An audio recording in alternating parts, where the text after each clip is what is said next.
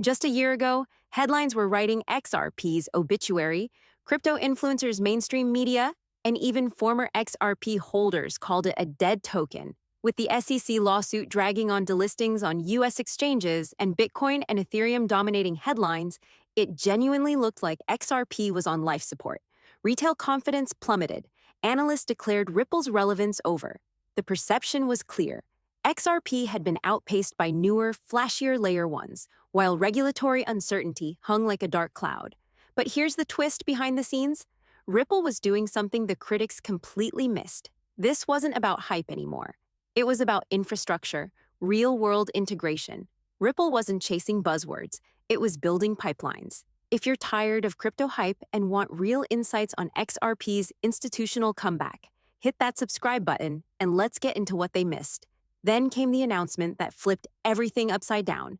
Ripple had acquired Hidden Road, a massive institutional prime brokerage network that quietly clears over $1.5 trillion in trades monthly across FX, digital assets, and more.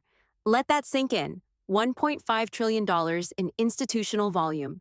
This wasn't just another partnership announcement. This was Ripple buying access to the deepest liquidity pools in global finance. Hidden Road is plugged into Tier 1, banks, hedge funds, and sovereign-level players.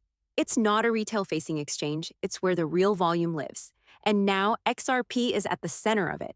Not because someone said XRP is going to pump, but because it's the bridge asset for global liquidity. Ripple didn't just buy a company, they bought a seat at the table with Wall Street. They bought infrastructure, that 1.5 trillion figure.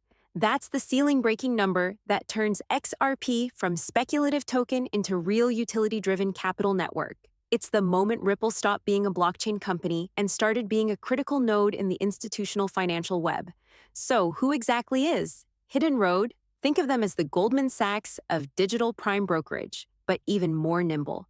They don't advertise, they don't trend on Twitter. They move in the shadows of the world's largest capital flows.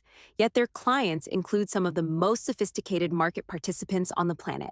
Multi-billion-dollar hedge funds, proprietary trading firms, HFT giants, and global asset managers. Hidden Road isn't just offering access to crypto, they're offering unified access to the entire financial spectrum, foreign exchange, FX, commodities, crypto derivatives, and more, through a single streamlined compliance-ready gateway. What makes them revolutionary is how they solve a core problem institutions have faced for years: fragmentation. In today's capital markets, trading across multiple asset classes means juggling dozens of counterparties, custodians, settlement windows, and liquidity venues. Hidden Road cuts through all of that. They abstract the complexity, offer seamless prime brokerage services, and give institutions plug-and-play access to deep liquidity, whether it's on a crypto exchange, an FX desk, or a cross-asset derivatives market. This is the gateway Ripple now controls. This isn't just a deal.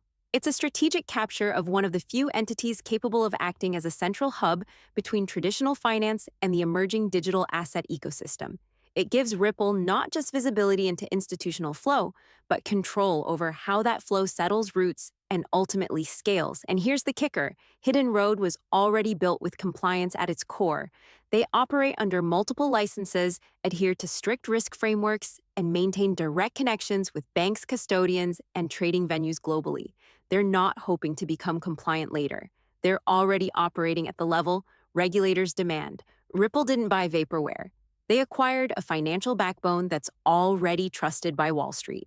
And now through Ripplet ODL and Liquidity Hub, XRP becomes part of that backbone, not a speculative side bet, a native asset within the system. This is Ripple's most aggressive move yet.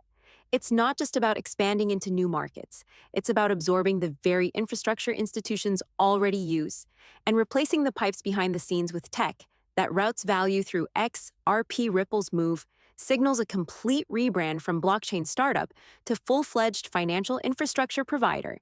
It's a shot across the bow to legacy firms, signaling that Ripple isn't knocking on the door of institutional finance.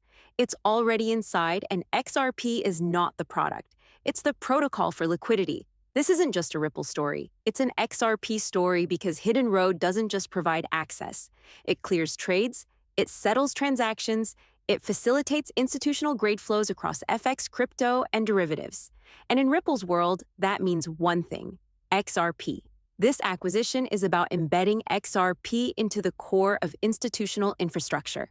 It's about turning XRP from an optional feature into a default setting. Banks, hedge funds, and asset managers begin using Hidden Road to clear FX and crypto. They'll be using the backbone Ripple provides. And at the heart of that backbone, XRP, the implications are staggering. Institutions can now settle trades using XRP across multiple asset classes. Regulatory compliance is no longer a hurdle. Its built-in Hidden Road operates under a framework that institutional desks trust. Ripple's on-demand liquidity, ODL model, previously focused on cross-border payments, now extends into capital markets. FX trades, crypto arbitrage derivatives. Clearing all of it becomes a playground for XRP. For years, critics said, where's the real utility for XRP? This is it, not some far-off roadmap, not theoretical partnerships. This is hardwired, plug-and-play settlement at the highest levels of global finance. Ripple just took the same model that made them dominant in remittances and supercharged it into capital markets. We're talking about a world where trillions in FX trading can be settled instantly with XRP, where tokenized treasuries can be swapped for stable coins in seconds, where derivatives clearing across continents doesn't require Nostro accounts or delayed SWIFT confirmations. It just flows through XRP. This is the moment XRP graduates from being a speculative asset to becoming infrastructure. It's no longer about waiting for adoption. Adoption is happening quietly, institutionally at scale. XRP is now the oil in the machine, and that machine is just getting warmed up. The Hidden Road acquisition is not a one-off stunt. It's the clearest signal yet that Ripple's vision is far bigger than cross-border remittances. This is about owning the pipes of global finance. Ripple has been positioning for this moment for years, quietly aligning itself with the institutional financial system while retail eyes were elsewhere. Let's connect the dots. Ripple's liquidity hub is live, providing institutions with access to a wide array of crypto and fiat liquidity through a single platform. Enterprise on-demand liquidity, ODL corridors, are expanding now, operating in key jurisdictions across Latin America, Asia, and the Middle East. These are not test pilots. These are high-throughput rails. Ripple is working with over 40 central banks on CBDC pilots and stablecoin issuance frameworks, embedding its technology into the future of sovereign money. Compliance-first architecture is winning favor with Ripple securing licenses and regulatory green lights in the US, Singapore, UAE, and beyond. In short, Ripple is not chasing meme coin momentum. It's building infrastructure that traditional finance can actually use. Hidden Road was the final puzzle piece. Ripple already had the tech stack and regulatory trust. What it lacked was direct institutional-grade market access, cleared volume, capital flow, and enterprise settlement. Now it has all three: the rails, the trust, the capital. Ripple isn't trying to disrupt Wall Street from the outside. It's integrating with it from the inside, and XRP, it's not an accessory to that mission. It's the fuel. This is how $1.5 trillion in monthly volume becomes relevant to XRP, not by hype or speculation, but by design. Ripple is injecting that volume into its own liquidity ecosystem, and every dollar that flows through it strengthens XRP's role as the connective tissue of modern finance. That's not a crypto project, that's a financial transformation in motion. So why isn't XRP at $10 yet? Simple. Because retail doesn't understand infrastructure. They understand headlines, influencers, and speculation. But infrastructure that's invisible to the average trader. Retail trades hype, institutions build systems. Most people don't even know what prime brokerage is, let alone why it matters. But the smart money they're watching Hidden Road. They're watching Ripple. Connect the dots between capital markets, liquidity hubs, and digital settlement rails. Because once this system flips live, you won't see XRP gradually rise. You'll see it re-rate instantly, permanently. This isn't about short-term pumps. It's about tectonic shifts in how value moves globally. The second this institutional plumbing goes from passive to active, the dam breaks. You don't clear $1.5 trillion monthly and expect XRP to stay suppressed.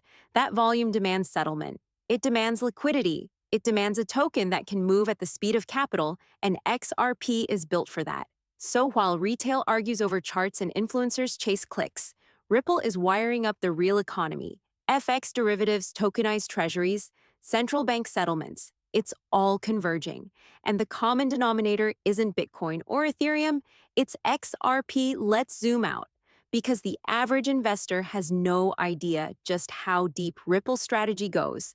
While the headlines focus on price charts and lawsuits, Ripple has quietly built a global financial empire, one that's now starting to eclipse traditional banking infrastructure from the inside out.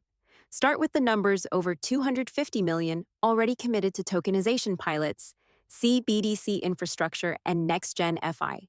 Financial rails through Ripple's focused investment arms, like Ripple X and their new liquidity hub. But the money is just the tip of the iceberg. Ripple has aggressively positioned itself across critical regions that matter most for the future of finance. In Latin America, they've partnered with payment providers like Travelex and Banco Rendimento to enable real-time FX and remittances. In APAC, they've locked in deals across Japan, the Philippines, and Australia, building corridors that serve millions of users with near-zero slippage. And in the MENA region, they've already been onboarding regulators and financial institutions well before most Western firms even began the conversation. They aren't just expanding globally, they're embedding themselves into the future of global liquidity, and all of this is being done in lockstep with regulatory alignment. Ripple didn't fight regulation. They leaned in. They've won major regulatory clarity in the US, the UAE, and Singapore, three of the most critical financial jurisdictions globally. Then there's ISO 20022, the new global messaging standard for financial institutions. While most are scrambling to retrofit their legacy systems, Ripple's tech has been compliant and integrated for years. They anticipated this shift, and now they're sitting at the table as the new language of money rolls out across the planet. So what does that give them? It gives them infrastructure dominance. Ripple has built the compliance layer, the part that gives regulators and institutions peace of mind. They've built the tech layer, the blockchain core, the APIs, the liquidity rails. And now with Hidden Road, they've built the capital access layer, the hardest piece, the part that decides whether any of this becomes scalable. Because what's the use of on-demand liquidity if you don't have deep institutional-grade capital to back it? With the acquisition of Hidden Road for $1.25 billion, Ripple didn't just buy a platform, they bought access to a massive network of prime brokers, hedge funds, OTC desks, and banks. They now own a gateway into the deepest pockets in global finance. That's the trifecta: technology, regulation, and capital. And here's the part that matters. That capital is now being funneled directly through XRP. It's no longer hypothetical utility, no longer a white paper. XRP just got plugged into the bloodstream of institutional finance, not as a side option, but as the core liquidity asset inside a fully compliant, fully capitalized, globally regulated framework. This is what everyone missed while focusing on the lawsuit. Ripple has been positioning XRP to serve as the unified bridge between tokenized assets, cross-border payments, and real-time FX, all under the radar. And now that all three pillars are locked in, the flywheel is starting to spin. The future of XRP isn't just as a coin you hold. It's as a liquidity layer embedded in financial systems, settlement for tokenized assets, cross-border CBDC bridges, FX liquidity, real-time asset swaps for institutions. And as tokenization scales into the tens of trillions, XRP is positioned as a programmable liquidity layer for every transaction. That's not theory, that's the architecture Ripple is building. Let's revisit that classic XRP. Can XRP hit $10 before it was speculation? Now there's a case with $1.5 trillion per month in potential volume, and XRP acting as the settlement medium. Utility-driven price discovery becomes a reality. This isn't about short squeezes or TikTok predictions.